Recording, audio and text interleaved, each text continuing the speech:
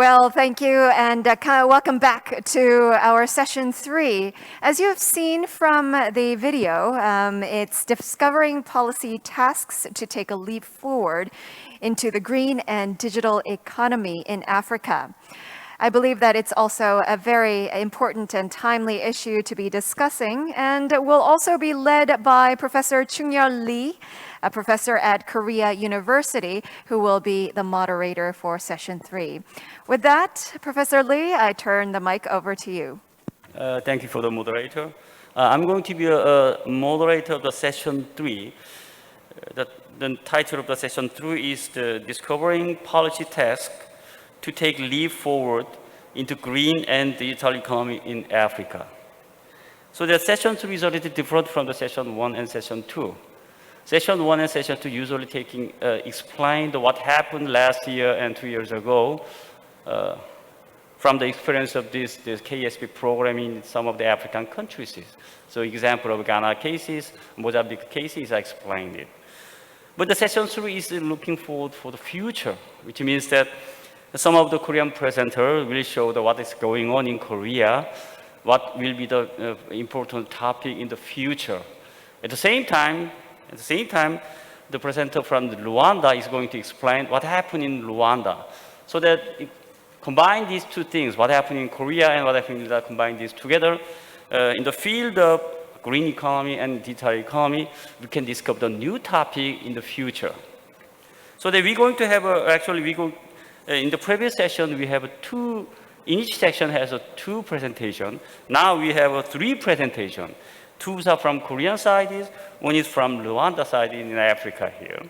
And each one is have allocated about 15 minutes, so that they will spend about 45 minutes.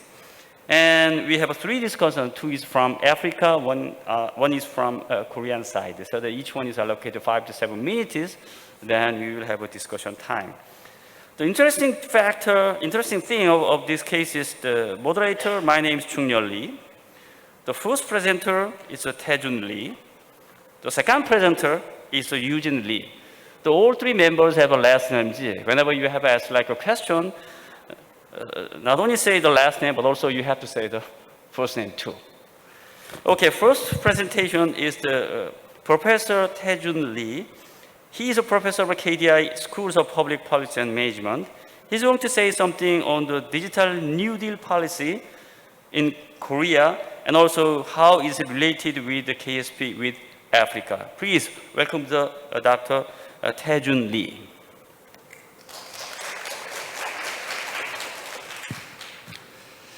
Thank you for inviting me. My name is Taejun Lee, the KDI School of Public Policy and Management. During COVID-19 and the pandemic, the Korean economy has encountered major challenges, as aiding the recovery from severe economic the recession, as well addressing the structural transformation. 3 are the main objective the Korean society is preparing and facing, as minimize economic shock by creating jobs, and support the Korean economy the quick to return to its normal growth, as by building necessary infrastructure for the digital economy and green economy. And they set the groundwork for Korea not only to adapt to structural changes, but also lead a global community in the post-COVID-19. As you can see, the Korean New Deal seeks to transform the country from fast follower to first mover.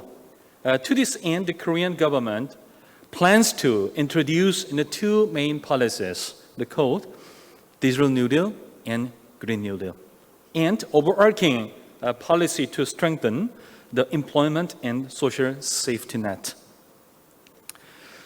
Korean New Deal, the digitalization has become a key factor, both driving innovation and determining the competitiveness of a country and its industries. Green New Deal, that is the national strategies that shifting towards the carbon-dependent economy into low carbon that achieves a balance among people, nature, and growth through a green transition towards net zero emissions as a responsible member of the global economy. So indeed, the Korean New Deal is set the foundation for Korea's next 100 years. The government plans to continue to supplement and develop Korean and the New Deal and using digital and data and technologies. Digital New Deal, and Korea aims to further strengthen the digital capacity and capability based on its competitive edge in ICT, and thereby promoting innovation and dynamics throughout the economy. And also, Digital New Deal foster untapped industries which are critical for the post-COVID-19 era. Let's take a look at the details of the Digital New Deal. There are 4 focus areas of a Korean Digital New Deal. The first area, the Korean Digital New Deal promotes the use and the integration in the data, the 5G network, and the AI. So we code the DNA throughout all sectors to create a new digital product and services, while also enhancing the productivity of the Korean economy. Collection, utilization, disclosure, integration, and distribution data that will be reinforced. Expanding the integration of 5G and AI, artificial intelligence, into industry and the government and the society, that will make a very different and very powerful ecosystem for national economy and digital society and digital governance. Strengthen and nationwide to effectively respond to the accelerated digitalization based on data, network, and AI. Second, digitalization of education infrastructure. Korean Digital New Deal attempts to create a technology-based education infrastructure.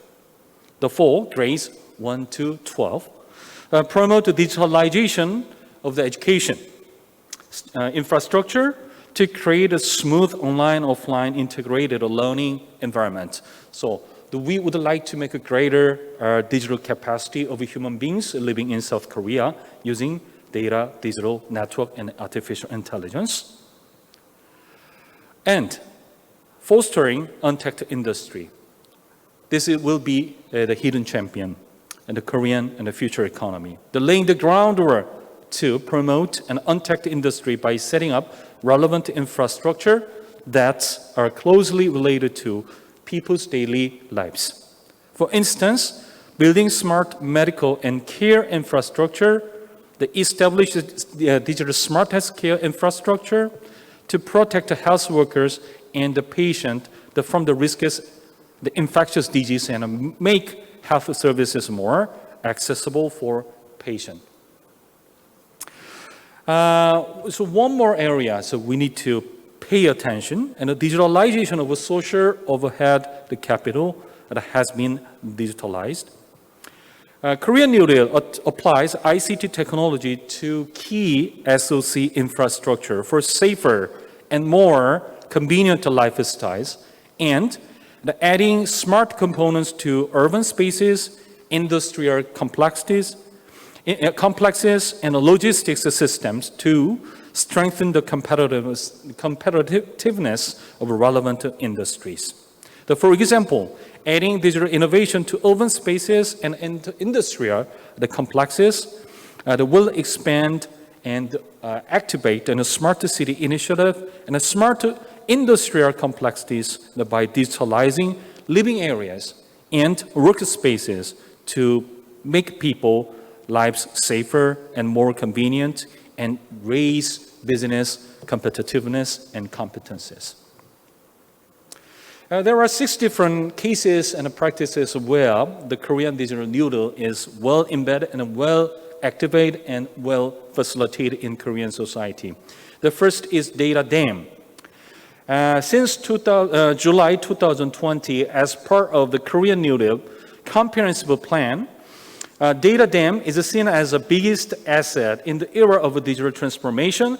Through this project, data collection from the public and the private sectors such as biomedical, manufacturing, finance, etc., is standardized and combined to enable AI learning, AI function, AI services. Second is people-centric Korean digital New Deal is very important. The My Data initiatives, the part of the Korean digital New Deal, to allow people to exercise control over personal data and actively manage the data on healthcare, public services, and finance. The government of Korea released a My Data initiative. It will lead different tasks that are designed to improve the quality of lives and well-being, the happiness, convenience, the competitiveness, and entrepreneurship in South Korea economy. Data innovation drives Korean digital economy. As I said before, the ministry will enhance the 16 existing big data platforms and integrate them into service-oriented platforms that are beneficial to government and people and the businesses by 2020. Also, by 2025, the ministry plans to build new digital, the big data, the platforms across the 15 key businesses areas, where data demand is significantly growing. The digital and the New Deal, they cultivate and nourish the startup companies and entrepreneurship in South Korea. The Korea First, the future, the tech leaders and the startup companies in their various stages and types of the organizations, they interact as the global system and to create and scale in a new global innovation ecosystems and a startup ecosystem. The overseas investors are taking notice of the Korean startup companies and technologies, potential and the talent. So the digital New Deal in South Korea secures a future growth engine. Digital New Deal innovates the economy and also the leading to inclusive economy in South Korea. The people-centered, the digital technologies, infrastructures and services allow every individual to benefit from the digital technologies and increase the power and competence and talent of the Korean economy. So using the data, network, and artificial intelligence. Let me conclude with some remarks, and I'm confident that the future directions and areas for collaboration with African countries are ready, are prepared. The first recommendation, so we can expand the scope and original plans, such as digital economy plans, digital society plans, and the digital government plans by expanding the scope and scale of the original plan, using the concept practices of Korean digital New Deal. The second, so we can solidify the public-private partnership by opening up the public sector. Data matters. The data use and the public-private partnership that will brighten and will change our decision and our leadership to position South Korea and African countries as a world leader by establishing a digital governance, digital infrastructure, digital ecosystem. Third, so we can increase the supply of digital services that the COVID-19 has rendered necessary by expanding customized service innovation. Last but not least, that we can implement a preemptive investment in infrastructure through the digital New Deal concept, the digital New Deal practices, by expanding digital infrastructure. Korea is widely the open policy innovation platform, enabling developed countries and developing societies to make a pertinent, timely, consistent, evidence-based, cooperative, preventive, and future-proof leadership for knowledge-driven innovation and sustainability. The KSP will be able to better serve the citizens and businesses across borders, maximize the benefits resulting from peer learning, the guarantee early knowledge sharing, and foster international coordination using digital data technologies. The South Korea is preparing, developing, generating, creating. Thank you very much.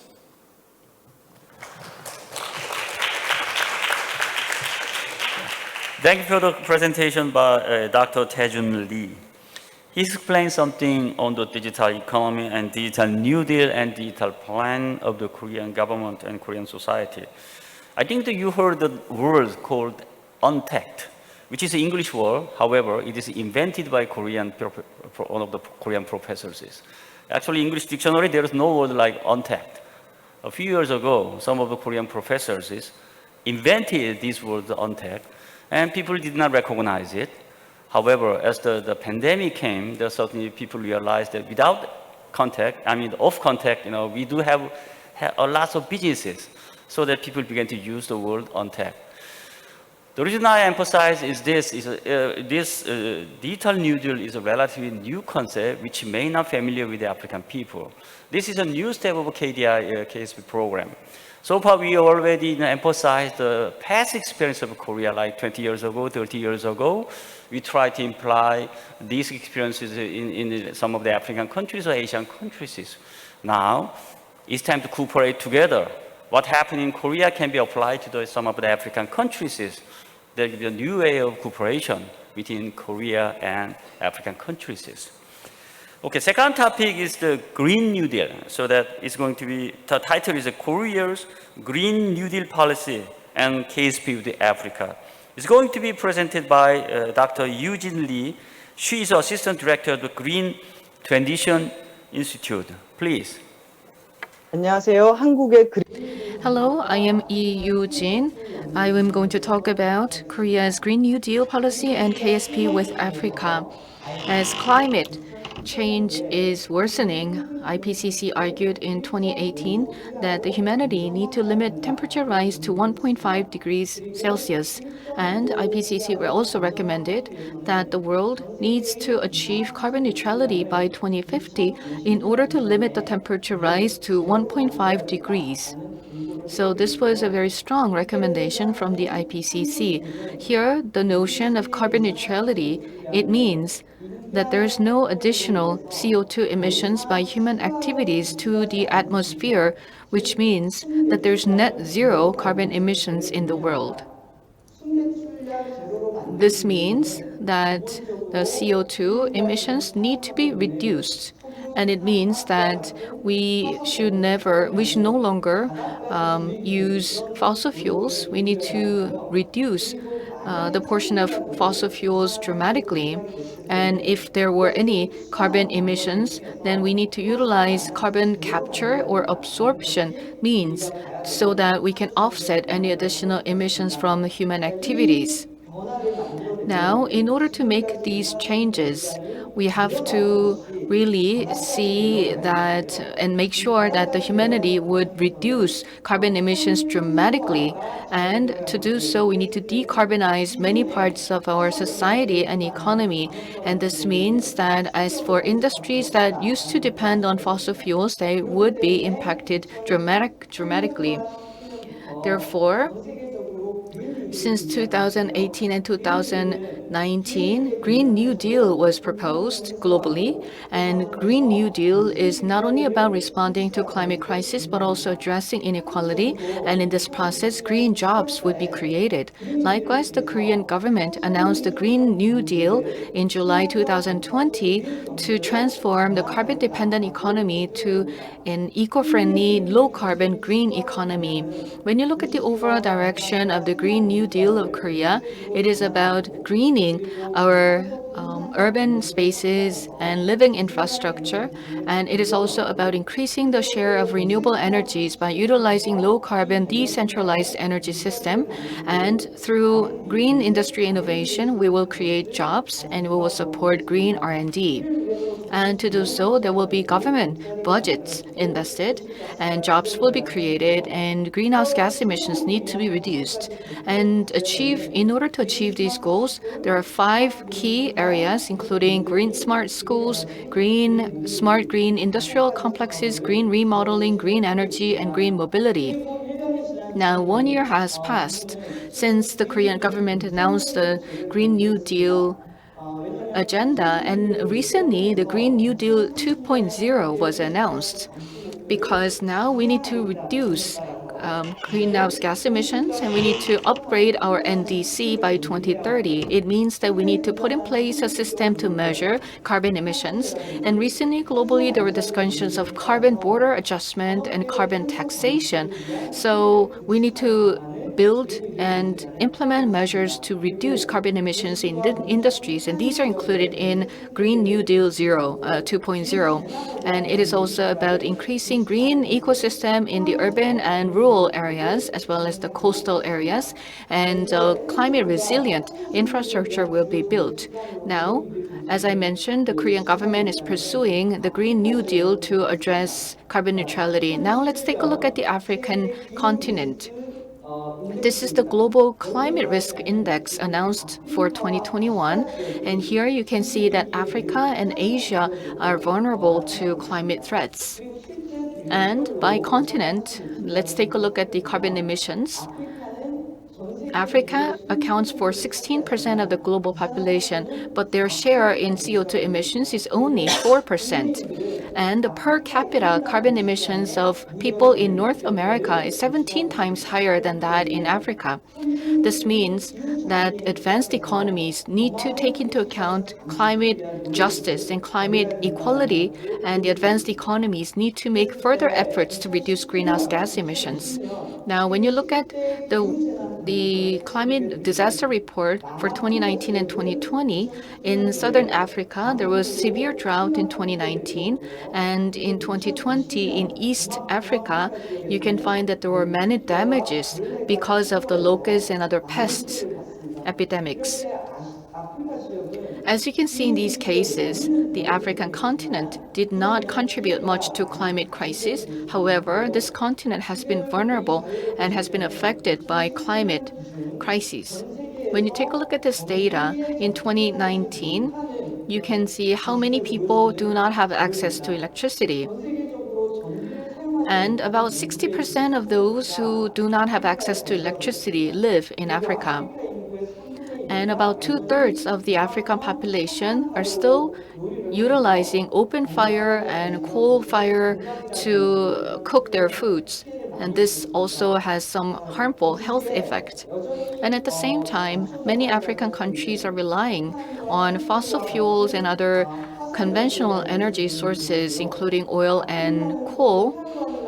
In Africa, they have abundant renewable energy sources such as solar and wind, but because they do not have funds and available financial resources, they're not really able to utilize these resources. Therefore, it is very crucial to pursue green economy and green economic recovery to promote economic development and create jobs at the same time. In this regard, I believe that Africa really needs a Green New Deal.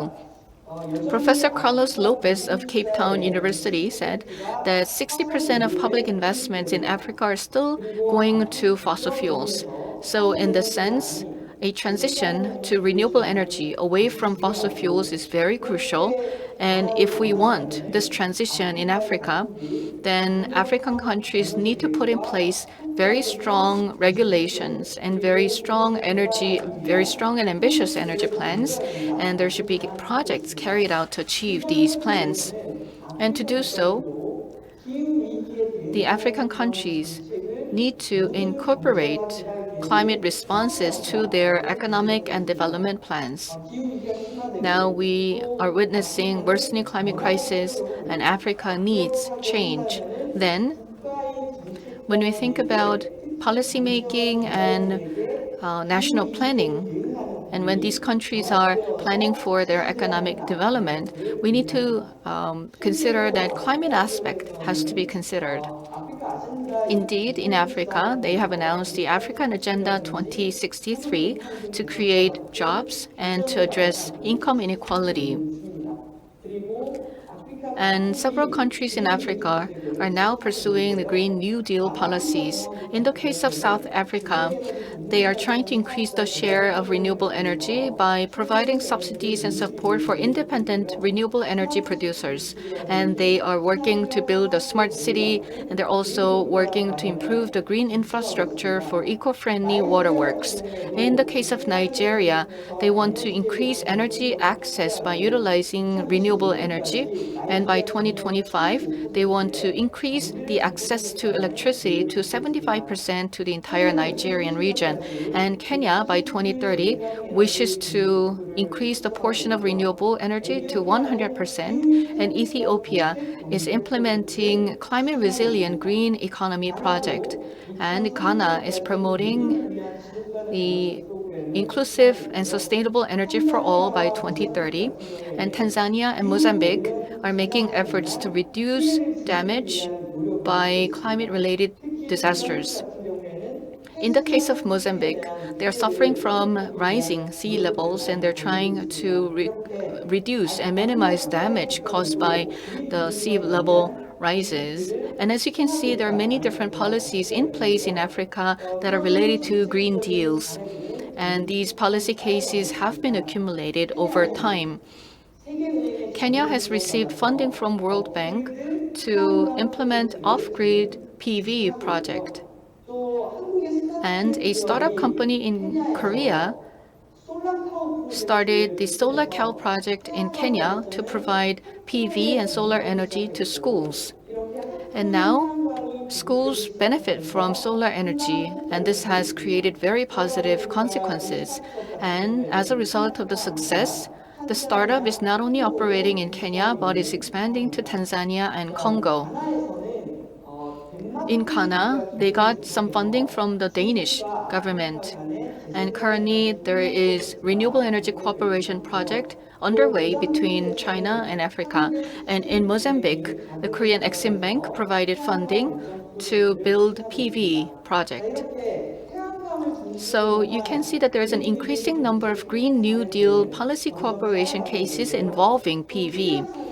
Another interesting case is in Kenya.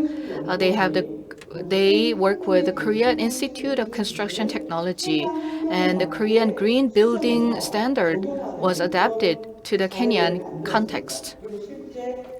And I understand that the Kenya Science Academy building is under construction by utilizing this green criteria. Likewise, there are several cases where there's an increasing renewable energy sources and green energy transition. So there are several projects underway between Korea and African countries related to Green New Deal. Then going forward, what kind of direction do we need to take? We need to continue to respond to the climate crisis and the pandemic. And the Green New Deal was successful for Korea to be able to respond to these threats. And if we utilize the Green New Deal, we can strengthen cooperation with African countries so that we can improve sustainability. Now, when you think about the KSP programs, I think that the Green New Deal has to be mainstreamed all throughout the KSP programs. And this is something that we need to consider. When you take a look at specific programs, the Green New Deal related projects they belong to the category of environment. However, Green New Deal is much more than just environment. It is also about greenhouse gas emissions reductions and energy transition and climate resilience enhancement and addressing inequality. So there are many other elements within the Green New Deal. So Green New Deal can be an integrated category that can encompass all KSP projects. And we can reflect the notion or the definition of climate justice in all KSP projects. So any project that emits carbon dioxide may be banned from support. So this is something we can consider as well. Furthermore, Korea will be able to help African countries alleviate poverty and respond to climate change by utilizing the KSP programs. And to be more specific, we can increase the proportion of green ODA. When you take a look at the breakdown, geography breakdown of Korean ODA for the past 20 years, the share of Africa was about 20%. And by sector, when you take a look at the accumulated data, the portion of technology, environment, and energy accounted for 12.8%. This means that the portion of environment-related ODA is very low. It's much lower than the OECD average. This means that there was lack of enough ODA for environment. And as for the green ODA, compared to other leading donor countries, it only accounts for a quarter of what they're offering. So recently, COICA decided to pursue the Green New Deal ODA, and it made an announcement that the Green New Deal ODA will increase in the future, and the portion of green ODA will increase accordingly. Likewise, I think that we can expand similar projects in Africa. At the P4JET summit meeting, President Moon mentioned this, that Korea wishes to help developing countries' energy transition as they were reliant on coal-fired power plants. And President Moon also said that Korea would increase green and climate ODA dramatically by 2025 to help developing economies achieve green recovery. And he also said that $5 million of Green New Deal Fund Trust will be created within the Global Green Growth Institute. I believe that these are very encouraging, and it is a good sign that Korea may increase Green New Deal cooperation with Africa in the future. In this context, as a more advanced economy, Korea has to take up the responsibility in climate responses, and these initiatives are very essential. When you take a look at the Green New Deal policies in Korea, there may be some successful policies and some not so successful policies. And based on such experiences, we can identify successful projects for Africa. And the areas may include renewable energy, green construction, agriculture, climate resilience, and response to disasters, and public transportation. And we can also share experiences and collaborate with startup companies. When it comes to energy transition in Africa, they may be able to achieve leapfrogging to renewable energy. And in doing this leapfrogging, we not only need support for hardware, but also software capabilities need to be strengthened, including the grid management and other aspects. And we also need to think about ways to mobilize finances, financial resources to support these projects. And at the same time, as for Africa, we not only need to pay attention to mitigation, but we also need to focus on adaptation. Climate adaptation is as important as climate mitigation, and we need to look for more cooperation ways. A journalist in Kenya, Peter Muilui, said that maybe advanced countries can lower and offer lower interest rates to fund climate-related projects. This means that advanced countries need to take up more responsibility in terms of climate responses, and they need to provide more support for Africa so that they can make a green transition. I hope that Green New Deals in Africa and Korea's Green New Deal will be well aligned and well matched so that we can make meaningful changes for a carbon neutral society. Thank you very much for your attention. She introduced many concepts and many ways of cooperation between Korea and African countries.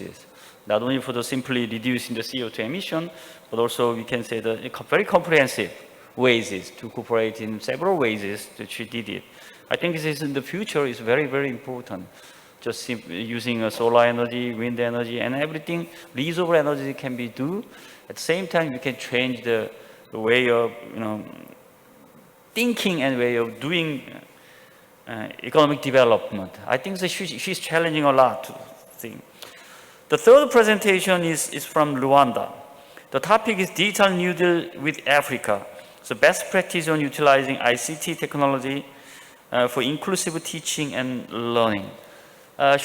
Two presenters are ready. The first one is Mike Hughes. He is advisor of the Ministry of Education of Rwanda.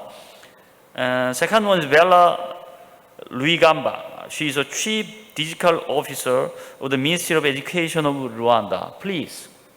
Mr. So good Hughes morning, is good okay. afternoon, depending on your time zone. My name is Mike Hughes, and I'm the Advisor Science and Technology Ministry of Education, Rwanda, and I'll be co-presenting with Bella Rwigamba, Chief Digital Officer of the Ministry of Education, Rwanda. I would like to thank the Career Development Institute and the Ministry of Economy and Finance, the Republic of Korea, for inviting us to make this presentation. And the title of our presentation is Best Practices for Utilizing ICT Technology for Inclusive Teaching and Learning. The presentation will outline Rwanda's vision and how the knowledge sharing program of Korea links into this vision. The presentation will review the outcomes of the past KSP support in Rwanda, including KSP 2017-2018, KSP 2019-2020, and how policy recommendations from these studies have been put to good use within Rwanda. The presentation will then introduce the rationale behind the proposed next KSP topic for Rwanda, the imperatives behind the need to focus on ICT technology in education, given the changing global landscape and the pressures that were brought about by the COVID-19 pandemic. There will be a focus on Rwanda's policy landscape related to ICT in education, including the various policies and strategies already in place, and the challenges being faced to implement these policies and strategies. Finally, the presentation will review the expectations from KSP and how we believe the policy recommendations will be put to good use. I'd like to start by saying there's a strong belief in the government of Rwanda in the power of science, technology, and innovation for building Rwanda's economy. This is enshrined in many of the government's key guiding policy documents, including the Vision 2020 and Vision 2050 developmental blueprints for Rwanda, the National Policy of Science, Technology, and Innovation, the National Strategy for Transformation, and underpinned by Africa's Agenda 2063. So science, technology, and innovation are considered key to transforming Rwanda's currently agricultural-based economy to a knowledge-based economy and as a key enabler for socio-economic transformation in Rwanda. As we are aware, the Republic of Korea has launched the knowledge sharing program as a new paradigm of development cooperation in 2004. And the KSP aims to share Korea's development know-how to assist developing countries. Rwanda believes that through the linkage with the KSP program, it can gain valuable insights into policy actions to spur growth in key sectors of its economy. In recognition of the importance of the program, Rwanda submitted a formal request to be included in the KSP in February 2016. Rwanda has since had two phases of the KSP program, KSP 2017-2018, which had 3 topics, and KSP 29-2020, which had 1 topic. The first topic of 2017-2018 was focusing on how to improve human resource development in Rwanda. There's a very deep analysis of the current situation of HRD in Rwanda and possible ways in which, taking into account how challenges were handled in Korea's HRD development, a set of policy actions were produced as recommendations for the way forward. A national skills development and employment promotion strategy was approved by the Rwanda Cabinet in 2019, which contains many of the recommendations from this study. The second topic of KSP 2017-2018 was related to human resource development in ICT. Again, this is a very in-depth study with many policy recommendations produced. One of the policy recommendations looked at the success of the Software Meister high schools in Korea. As a result, the Rwanda Coding Academy was established to train young, talented, and gifted Rwandans in software programming and coding skills. The third topic for 2017-2018 was agricultural development by improving the value chain. This was undertaken in very close collaboration with the Rwanda Ministry of Agriculture and Animal Resources. The policy recommendations from this study were very well received and very relevant as Rwanda is upgrading and improving its agriculture and animal resources export value. The topic chosen for KSP 2019-2020 was strengthening capacity and understanding, measuring and providing recommendations for the Human Capital Index. Again, this is a very important area for Rwanda because even though there's much progress over the recent years in improving access and quality of education in Rwanda's education system, yet the HCI for Rwanda still lags behind. This policy area is greatly impacted by the effects of COVID-19, but the final report and policy recommendations were very well received and are currently forming an important part of the strategy being developed to improve Rwanda's performance in the Human Capital Index. I'm very pleased now to hand over to Bella, who will take us through the rationale and objectives of the proposed next KSP study. Good morning, everyone, or good afternoon. As you know, for the African Union 2063 agenda, education is central for a transformed continent. The age we are living in and the fourth industrial revolution will alter the way we live, work, relate, and communicate to each other. There is need to focus on equipping our young people with the skills they need to support the development of their countries. And this will not only include emphasis on digital literacy in our education systems, but also young people, teach them how to be flexible and adaptable. The current pandemic has clearly illustrated that while we acknowledge that technology-enabled learning presents many opportunities, especially through this pandemic period, there remain many challenges related to the most effective ways of delivering education through technology and remotely, while ensuring equity and that no children is missing out. We've had some ICT in education policy in place that was built in 2016.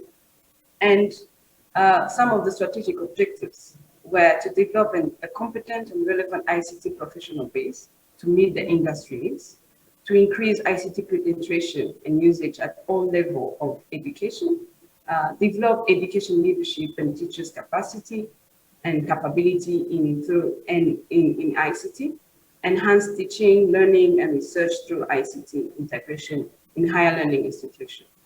And some of the policy statements is that ICT needs to be informal and non-formal education. We need to make sure that there is access and equity, good ICT infrastructure, curriculum design, delivery and assessment using ICT approaches, training and capacity building in ICT, and looking into open distance and e-learning. But we had some key challenges. And some of the key challenges here is the access to devices, internet connectivity, interactive and inclusive digital content, and also digital skills for the teachers. So these challenges were observed during the current pandemic, where you have children that did not have access to laptops or even smartphones. There was limited internet bandwidth provided to the kids, maybe also ability to buy airtime, to buy those data. And also for children in very poor background, sometimes with no electricity, it was really difficult to achieve learning through ICT. So there's a critical need for provision of the devices while also ensuring equity together with support on the bandwidth provision. So here, we acknowledge that government policies and regulation need to be streamlined in order to enable schools, TVET colleges, and higher education institutions to be better prepared, better connected. And this will include integration of digital skills, including coding to be introduced at an early age, need to train and support teachers to improve their ICT literacy in terms of content, pedagogy, and technology, digitalization and utilization of educational content, including developing new audiovisual STEM-related learning materials and installation of virtual science labs. There is a need to embed interactive activities, video, simulation, and other digital material, formative assessments, content for classwork and homework. Through the interactive activities, provide learners the opportunity to experience things from themselves. So what do we expect from the KSP? The objective of the proposed KSP for Rwanda is to determine, adopt, and implement best practices in utilizing ICT technology for inclusive teaching and learning. And we are very much aware that Korea started utilizing ICT in education many years ago to strengthen the education system and to further science and technology and adapt to rapid changes. It's really imperative for Rwanda to also fully utilize ICT in our education system, and we know that we can learn a great deal from Korea experience on how to use technology in their education system and how it helped them to develop and to where it stands today. Thank you. So now I'll hand over to Mike to talk more about what we expect from KSP. Thank you. Thank you, Bella. Thank you, Bella. We've had a very positive experience of the knowledge sharing programme, and we've seen we've been able to access a huge wealth of talent from expert practitioners with the necessary qualifications, skills, knowledge, and experience, and with a track record of having been fully immersed in the Korean system. The Korean experts are able to analyse and assess the situation in Rwanda. They're then able to compare this with similar experiences that have been experienced in Korea during their developmental phase. They're then able to identify tried and tested solutions that have been successfully applied in Korea and can be adapted to the Rwandan situation.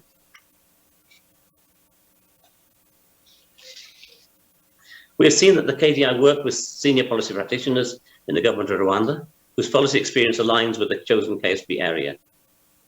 This strategy can then ensure that the senior government officials can be made aware of the outcomes of the KSP study and clearly informed of the potential benefits for Rwanda. As outlined earlier in this presentation, the previous KSP studies were very well received and with many of the policy recommendations being enacted. Finally, we're pleased on behalf of the Government of Rwanda team, we're delighted to have the opportunity to work with the professional, experienced Career Development Institute Knowledge Sharing Programme team. We greatly appreciate the objective of the Knowledge Sharing Programme to share careers development experience with developing countries such as Rwanda, and we look forward to the continued benefits of being a part of this important programme. So Murakoze, and thank you very much. Thank you for the presentation, third presentation. Now it's time to have a discussion. Before that, I'd like to mention the short thing on the third presentation. It is no doubt that the education is the most important element of Korea's economic miracle. So no doubt that no Koreans deny that here. And so many Korean people try to work hard to have a higher education. And also that brings actually the Korea's economic development so far here. Now we have three discussants. Two are from African sides, one is from Korean sides. The first discussant is Mr. Mengistu Belia Jima. He is the head of the Export Credit Agency Finance Unit of the Eastern and Southern African Trade and Development Bank. I think he is in Kenya, Nairobi. Am I right? Yeah, it's your turn, right? Thank you very much. I would like to comment on the presentation on Rwanda. But before that, I say a few words about TDB, Trade and Development Bank, the Eastern and Southern African Trade and Development Bank, and the KDI and KEXIM relations. TDB is a multilateral institution. It's the financial arm of the COMESA, the Common Market for Eastern and Southern African countries, with 22 member countries. It is doing both trade and development financing in our region. We signed recently a credit line with Korea EXIM of $100 million. Following that, we came into a relationship with the KDI regarding KSP. We are now currently trying to put together a KSP project in Mozambique. And when I saw a presentation from Mozambique on one of their KSP programs, that gives us an idea that there is already an experience for Mozambique to tap into or to leverage the benefits of KSP. That would really go a long way in our effort to work with the Ministry of Finance regarding focusing on public debt management.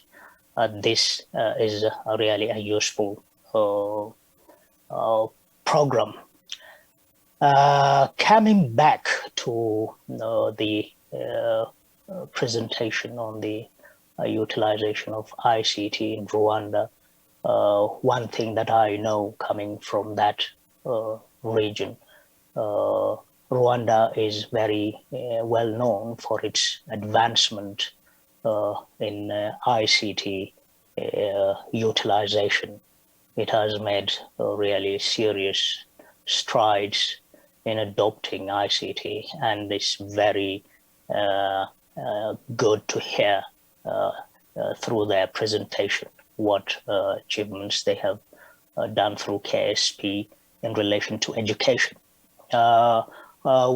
Regarding the major items, I took note of some items like the key challenges were very well articulated, and the whole presentation is very well articulated and concise and to the point, which I like very much. And I congratulate the presenting team, the presenters.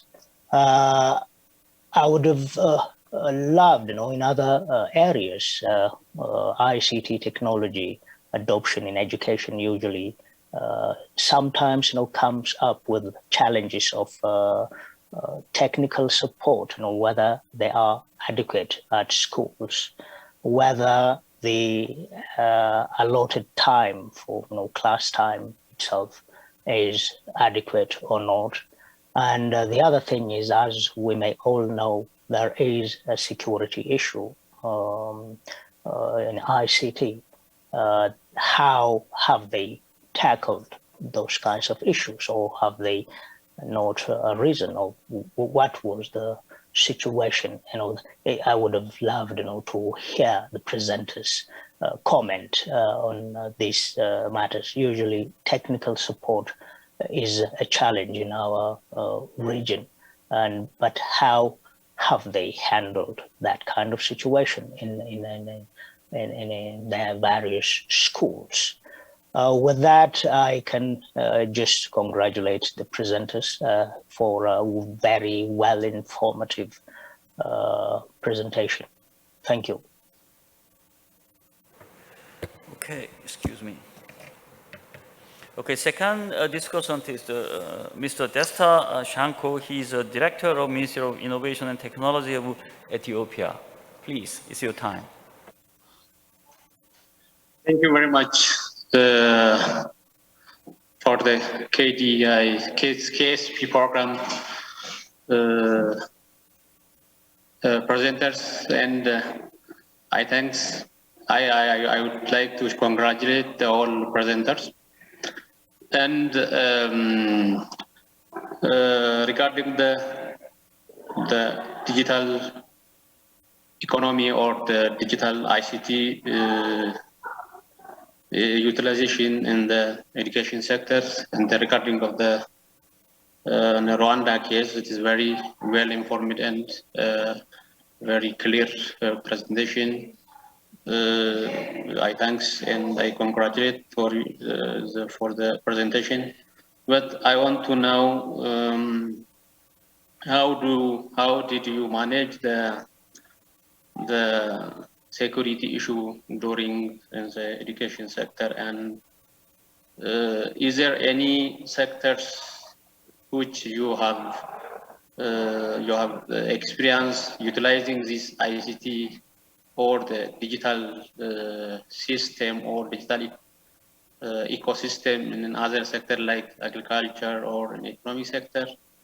That I will ask the Rwanda presenters. The final one, maybe the digital in the digital area. How will manage it in other sectors like in commercial area or in the commercial sector? Thank you very much, and I think it is enough for me. Thank you. Okay, last one is Dr. Bang. Ho Kyung Bang. He's a director of Policy Consultation Division of KDI. Okay, it's your time. 네, 안녕하십니까. KDI Hello, I am Bang Ho-kyung from KDI. Thank you very much for the introduction, Dr. Lee. First of all, I'd like to thank our presenters very much for their useful presentations again. And before we begin the discussions, in order to understand the key characteristics of the African economy, I prepared 2 slides. First presentation materials is the economic growth factors of the 33 countries in the African continent. If you look at the labor and the capital is broken down into ICT and non-ICT, and labor into the labor quality and labor quantity. And we have looked at the contribution to the economic growth. Blue looks at the quality, and the green looks at the ICT capital, as you can see in the slide over here.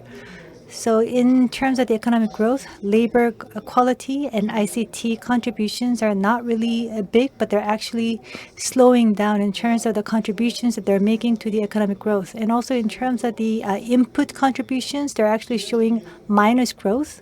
So from this point of time, from this point of a perspective, so in terms of productivity enhancement, I think there is a lot of improvement to be made in terms of enhancing the labor quality as well as ICT.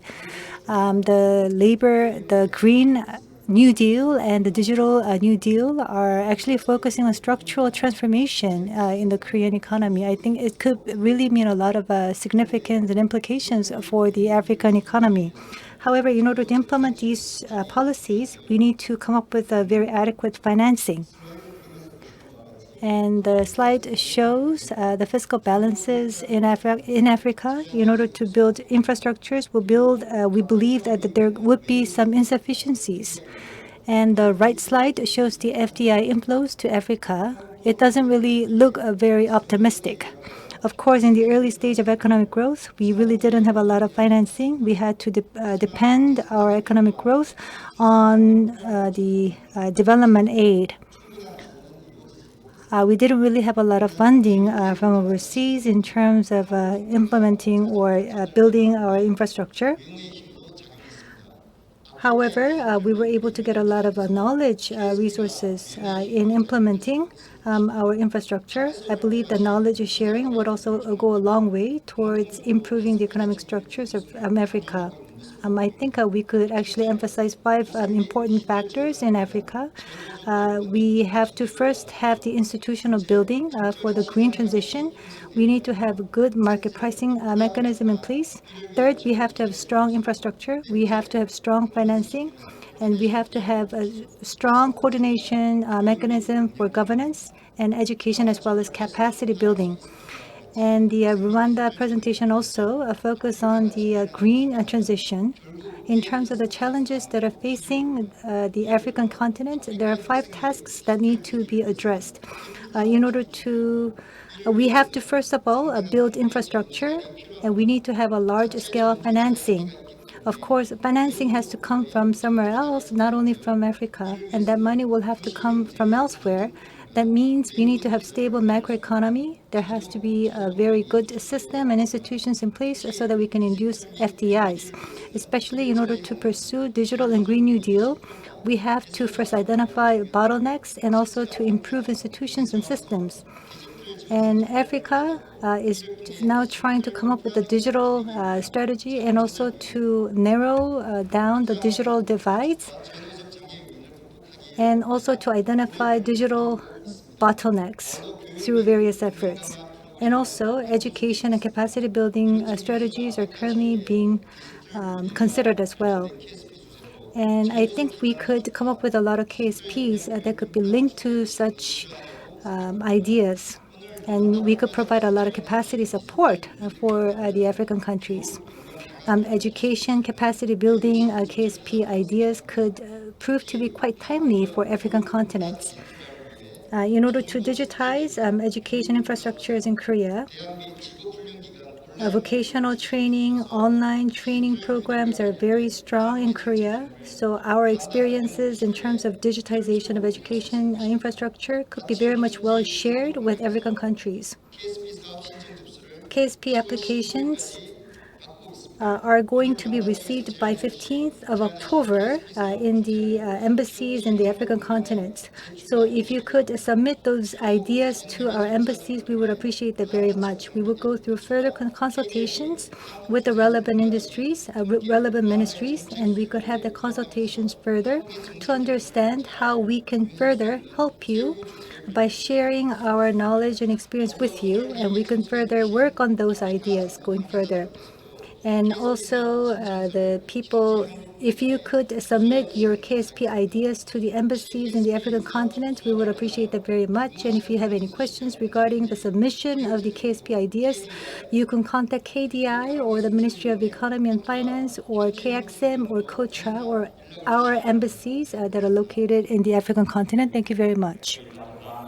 Charge of the promotion of this KSP, so that he spent a lot on to explain of how to apply for the KSP program in next year. Okay, now I have several questions. Some is from the, the discussant, some is from the real time, some of the, the people who watching these videos is right now. The thing is, first question is on the Dr. Taejun Lee. Some questions is this: is there any cybersecurity challenges for the digital ecosystem? That is one of them. And other thing is that what is the role of legal institution in the digital new era? How to implement the law and regulation and like this. Other one is, what is the role of the government to in terms of collecting and utilizing the data, not only for the private sector but also for the government side. These are the three questions. Also the discussion gave. I think so. You have 5 more minutes to explain this. The government sector is providing an open government data service that is very crucial for the government-driven services for data sharing and data-driven experimentation and collaborations among stakeholders involved in data-driven economy. So the government of Korea, for example, has implemented very strong legislative and regulative frameworks of the running the cybersecurity against the fraud, misuse and abuse of the government data and open data and even private sector data to increase the trust among the stakeholders involved in the process of the running collaboration and a collaborative partnership using the data in the public sector.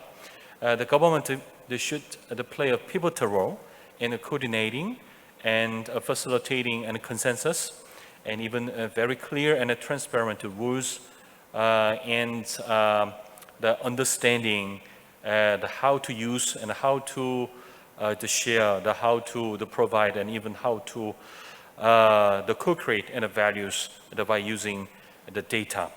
So cybersecurity is very important. The Korean government is committed to maintaining the quality of cybersecurity, the ecosystem. One of the best ways of making private sector companies and the telecommunication service, the providers, and research and development institute, and even startup companies and innovators that must be able to co-work and collaborate. So the digital new deal, for example, the ICT-based, the startup companies and the small and medium-sized companies' participation in designing and co-implementing the cybersecurity, and also data, open government data use and activation of making new services and new products and the enterprises and industries that will be more important to the future in South Korea. Thank you. Okay. The next question is the second presentation about Green New Deal. It's a very simple question. Say that generally we say that in order to have an economic high growth rate, we put on a traditional way using providing making more the CO2 emissions, something like that. Then in the African cases, if we reduce the say like CO2 emission like that, it may reduce the economic growth rate. Is it good for the African economy or not? So the thing is that how to reduce the poverty with this in the climate changing areas, with this without creating and making a new CO2 emissions. So it's kind of maybe it may be a trade-off, it may be not trade-off. This is the questions.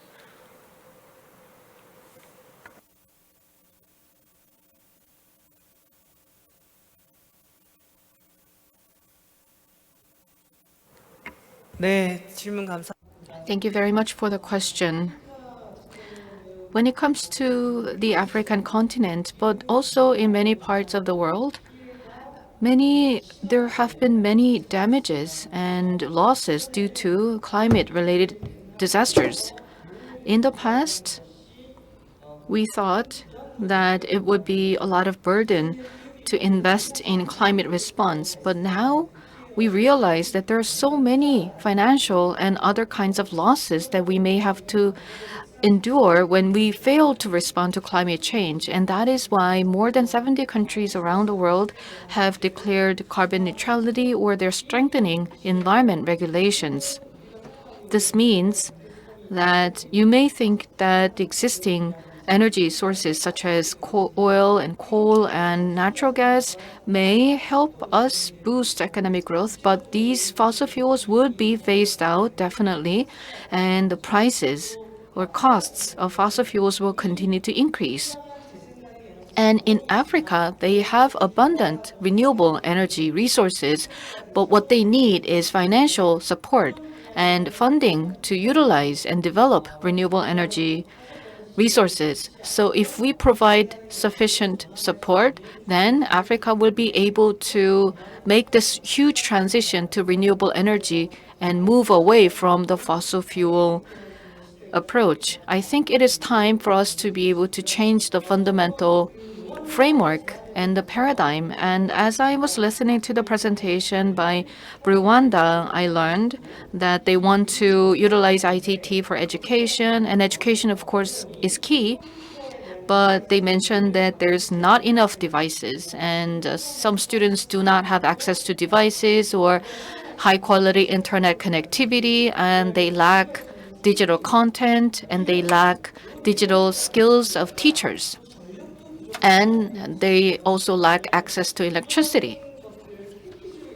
Then we can maybe package them together, and we can combine both the Digital New Deal and the Green New Deal. There is definite overlap between these two New Deals, and we can provide electricity to schools, and ICT-enabled education can be provided because there is energy provision.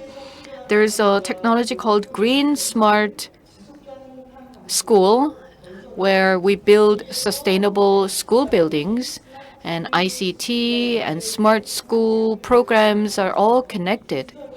So this really is an example of how we can integrate digital and green.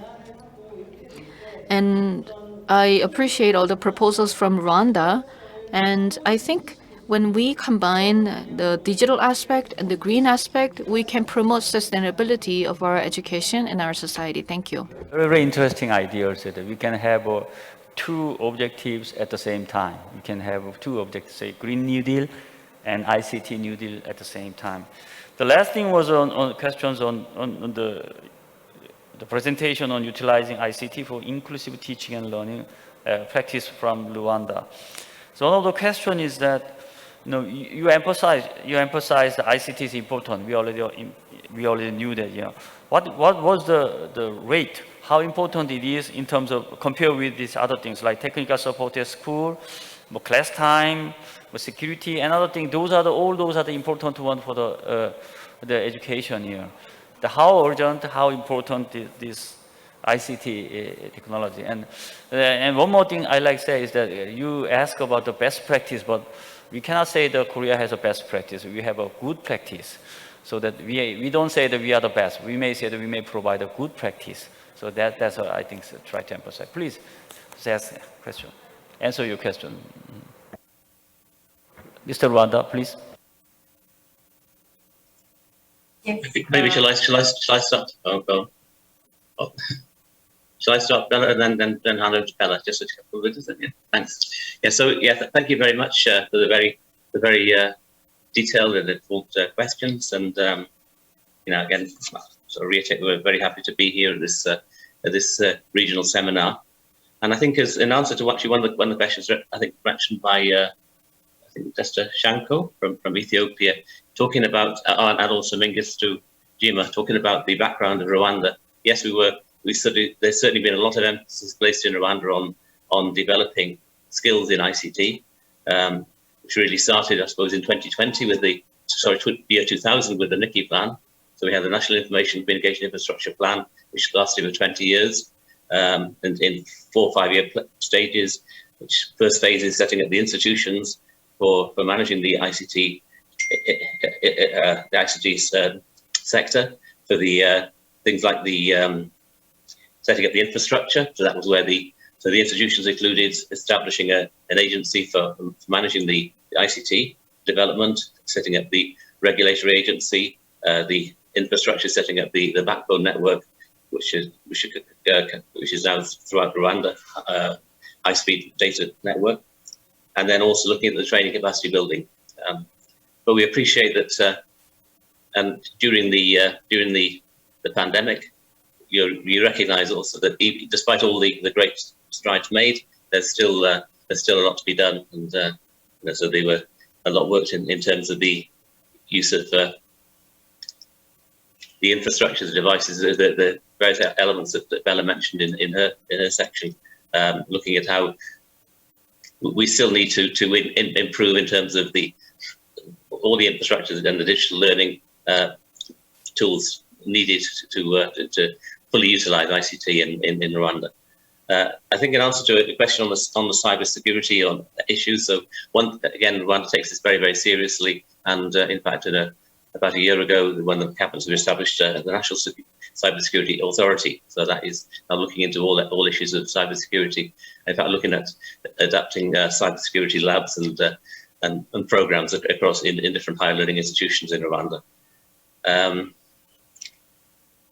maybe I'll hand over to Bella to maybe talk about things like the technical support in schools and the timing, etc. Thank you.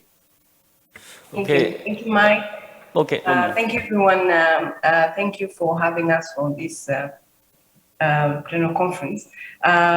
So if I go straight to the questions that were asked about the technical support that is given to schools. So the way we've done it is that in all of these schools that we do provide some devices and technology when the student needs to use technology. We make sure that there is a staff that is IT savvy. So it's an IT staff that will stay there. But when you talk about maintenance, for example, of the devices, there is collaboration with the polytechnic schools that are near in the area of the schools that will be doing the maintenance. So they do both the maintenance as in collaboration with the education sector, but usually they are students, so they do learn while studying, because polytechnic is really about using your skills and really implementing. So they really do help in the technical support of the schools when there's need be and maintenance of the devices. So that's how we've tackled this.